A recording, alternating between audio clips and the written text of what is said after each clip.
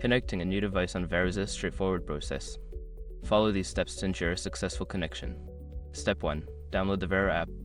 Visit the App Store on your device and search for the Varo app. Download and install it to get started. Step 2. Open the app and log in. Launch the Varo app and enter your login credentials.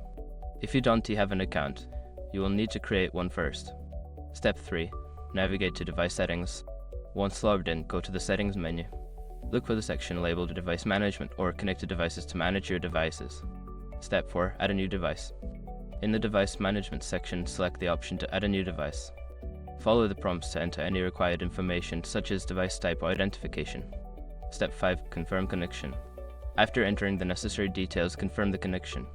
You may receive a notification or confirmation message indicating that the new device has been successfully connected.